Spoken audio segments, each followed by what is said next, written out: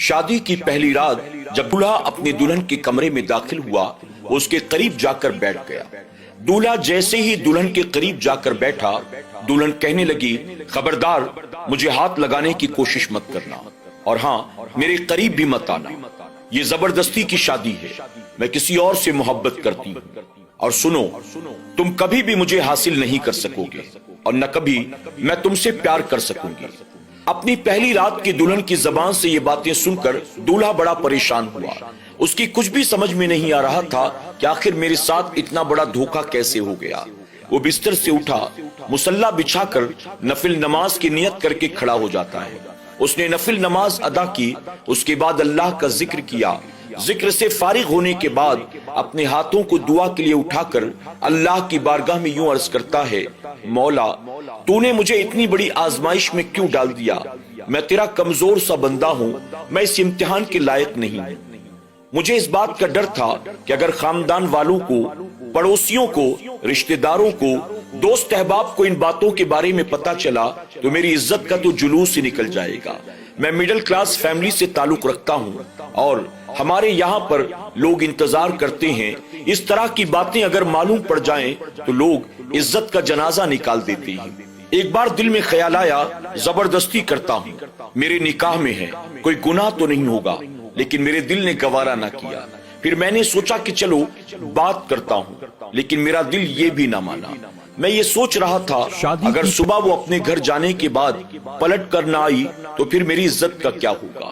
اگر اس نے اپنے گھر جانے کے بعد گھر والوں سے یہ کہہ دیا میرا شوہر نامرد ہے، یعنی وہ بیوی کے لائق نہیں ہے، مجھے اس کے ساتھ نہیں رہنا، مجھے طلاق چاہیے، تو آخر میرا کیا ہوگا؟ میں یہی سوچ سوچ کر پریشان تھا، یہاں تک کہ جا کر بستر پر لیٹ گیا۔ لیٹے لیٹے میرے دل دماغ میں یہی خیالات چل رہے تھے، اگر وہ کسی اور سے محبت کرتی تھی تو آخر اس نے مجھ سے نکاح کیوں کیا؟ اس شادی کے لیے میں نے اپنی عمر بھر کی ساری کمائی اب تک کی لگا دی تھی، اب میرے پاس کچھ بھی نہیں تھا۔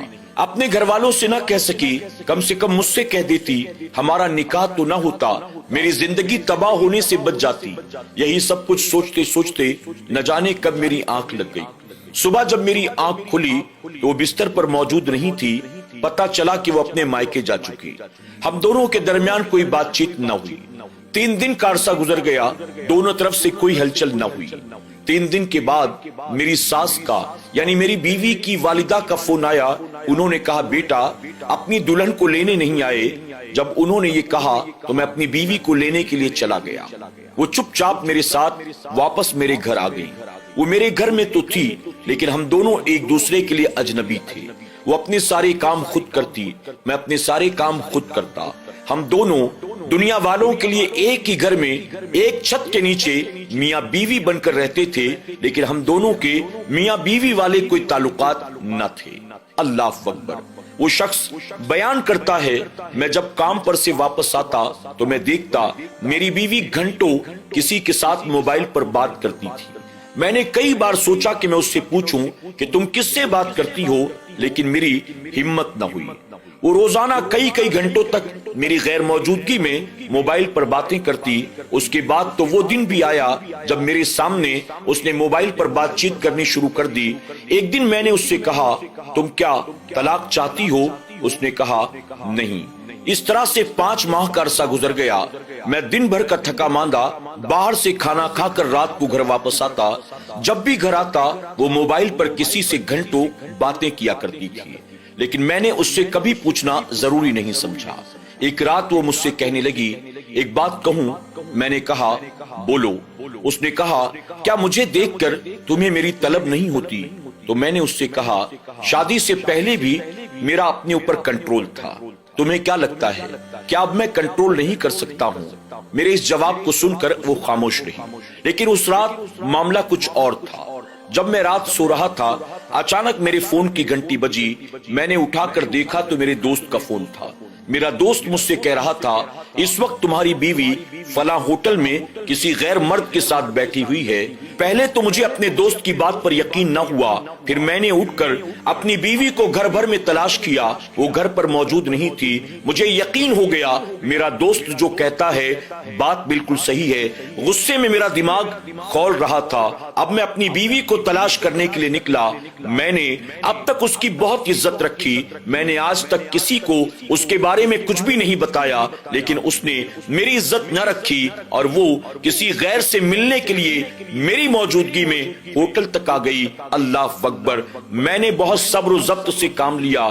میں نے دیکھا وہ ہوٹل میں ایک لڑکے کے ساتھ بیٹھی ہے، مسکرا کر باتیں کر رہی ہے۔ میں نے وہاں کچھ بھی نہیں کہا، صرف اتنا کہا چلو گھر چلو، میں تمہیں لینے آیا ہوں۔ وہ چپ چاپ اٹھی اور میرے ساتھ گھر واپس آ گئی۔ گھر آنے کے بعد میں نے اسے ایک زوردار تھپڑ مارا اور کہا دفع ہو جاؤ یہاں سے۔ اب تک تم نے جو کچھ بھی میرے ساتھ کیا میں نے سب کچھ برداشت کیا، لیکن اب تم نے برداشت کی ساری حدیں پار کر لی ہیں۔ اب میں تمہیں ایک لمحہ بھی برداشت نہیں کر سکتا ہوں، اس گھر میں رکھنا گوارا نہیں کر سکتا ہوں، فوراً میرے گھر سے نکل جاؤ۔ میری بیوی اپنے مائکے چلی گئی، آج بھی وہ اپنی ماں کے گھر میں ہے۔ ایک دن روتے روتے اس نے مجھے کال کیا اور کال کر کے کہا کیا میری ایک آخری خواہش کو آپ پورا کریں گے؟ میں نے کہا کیا چاہتی ہو؟ تو کہتی ہے مجھے کبھی طلاق مت دینا، اپنے نام کو میرے نام سے جدا مت کرنا، اپنی پہچان مجھ سے مت چھیننا۔ میں نے اس کی آخری خواہش کی لاج رکھی اور میں نے اسے آج تک طلاق نہیں دیا۔ پتا چلا ہے اس کا جو فون والا عاشق تھا وہ اسے چھوڑ کر بھاگ گیا۔ میری بیوی نے بہت کوشش کی کہ وہ اس سے نکاح کر لے، لیکن وہ نکاح کرنے کو تیار نہیں تھا، بس اپنا مطلب نکال کر اسے چھوڑ کر بھاگ گیا اور وہ گھر میں اکیلی رہ گئی ہے۔ مجھے اپنے آپ کو سنبھالنے میں 3-4 سال کا عرصہ گزر گیا۔ عورت کی ذات سے میرا بھروسہ اٹھ گیا تھا، نکاح جیسے پاکیزہ رشتے سے میرا بھروسہ اٹھ گیا تھا۔ میں نے دوبارہ شادی نہ کرنے کا ارادہ کیا، لوگوں نے مجھے سمجھایا بجھایا، آخرکار ایک عورت سے میں نے نکاح کیا۔ اللہ کا مجھ پر بے پناہ کرم اور احسان ہوا، اللہ نے مجھے نکاح میں نیک صورت بیوی عطا کی۔ میری یہ بیوی عشق کی حد تک مجھ سے محبت کرتی ہے۔ اللہ نے مجھے 3 بچے بھی عطا کیے، میں اللہ کا بے پناہ احسان مانتا ہوں۔ اللہ نے مجھے میرے صبر کا ایسا صلہ عطا کیا، اللہ نے مجھے خوشگوار زندگی عطا کر دی۔ میری یہ بیوی میرے اشارے کو سمجھ لیتی ہے، دن رات میری خدمت میں میرے سرہانے کھڑی رہتی ہے۔ اگر کام پہ سے تاخیر سے آتا ہوں وہ تڑپ اٹھتی ہے، اگر میں میسج نہ کر سکوں، فون نہ اٹھا سکوں، وہ پریشان ہو جاتی ہے۔ میں سوچتا ہوں ایک وہ بیوی ہے، ایک یہ بیوی ہے، میں تو وہی ہوں جو کل تھا، آج بھی وہی ہوں، لیکن ان دونوں میں زمین و آسمان کا فرق ہے۔ مجھے یہ پتا چلا ہے میری بیوی پاگل ہو چکی ہے، گلی محلوں میں دیوانوں کی طرح گھومتی رہتی ہے، میرا نام لے لے کر اپنے ہاتھ کو چومتی ہے۔ 2 مرتبہ اس نے زہر کھا کر خودکشی کرنے کی کوشش کی لیکن وہ بچ گئی۔ اللہ اکبر! اس کے اس حال کو دیکھ کر دنیا والے مجھے ہی ظالم و جابر سمجھتے ہیں۔ وہ یہ سمجھتے ہیں اتنا ظالم شوہر ہے کہ اس کی وجہ سے اس کی بیوی پاگل ہو گئی۔ میں دنیا والوں سے کیا بتاؤں قصور کس کا تھا، غلطی کس کی ہے؟ اللہ اکبر! ناظرین اکرام، آج کس کہانی کو دیکھنے کے بعد ہماری کسی بہن کو، ہماری کسی بیٹی کو اگر ہماری کوئی بات بری لگی ہو، ہم سب ان سے معافی کے طلبگار ہیں، لیکن ہاں اس کہانی کے ذریعے ہم آپ کو صرف یہ سمجھانا چاہتے ہیں اللہ تعالیٰ جب حلال و جائز اور پاکیزہ محبت دیتا ہے تو اللہ تعالیٰ اس میں برکت بھی عطا فرماتا ہے، لیکن جب حلال و جائز محبت کو چھوڑ کر ہم ناجائز و حرام محبت میں پڑتے ہیں تو ہر حرام و ناجائز محبت کا مقدر سوائے ذلت اور رسوائی کے اور کچھ بھی نہیں ہوتا۔ ایک شادی شدہ عورت کسی غیر مرد سے فون پر عشق لڑاتی ہے، نتیجہ کیا ہوا؟ اس کی زندگی تباہ برباد ہوئی، اس کا گھر تباہ برباد ہوا، اس کی آخرت بھی تباہ برباد ہوئی۔ جب کوئی لڑکا یا لڑکی جوانی کی دہلیز پر قدم رکھتے ہیں تو شیطان ان کے دل میں وسوسے وسوسات پیدا کرتا ہے۔ شیطان لڑکے کو کسی لڑکی کی طرف، لڑکی کو کسی لڑکے کی طرف مائل کرنے کی کوشش کرتا ہے، ان کے دل میں ناجائز و حرام محبتوں کو پیدا کرنے کی کوشش کرتا ہے۔ آخر کیوں؟ تاکہ ان کی دنیا اور آخرت کو تباہ و برباد کر سکے، انہیں جہنم کا ایندھن بنا سکے، انہیں اپنے ماں باپ کا باغی بناتا ہے، انہیں اپنے بھائی بہنوں کا باغی بناتا ہے، رشتے ناتے داروں کا دشمن بناتا ہے۔ ایسے میں ہر نوجوان لڑکے اور لڑکی کو شیطانی وسوسات کو جھٹک کر اپنے آپ کو حرام و ناجائز محبت سے بچانے کی ضرورت ہے، ورنہ حرام و ناجائز محبتوں کا مقدر سوائے ذلت اور رسوائی کے اور کچھ بھی نہیں ہوتا، یہ تباہی بربادی کے راستے پر چلانے والی چیز ہے۔ اللہ ہماری سوسائٹی کو حرام و ناجائز محبت سے محفوظ فرمائے۔ اللہ ہر میاں بیوی کو ایک دوسرے کا حق ادا کرنے کی توفیق عطا کرے۔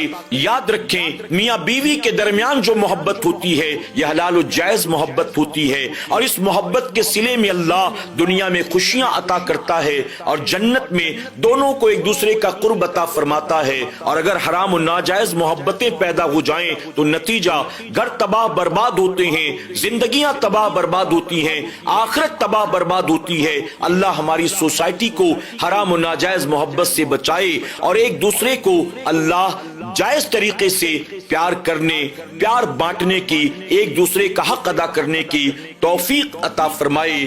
آمین یا رب العالمین۔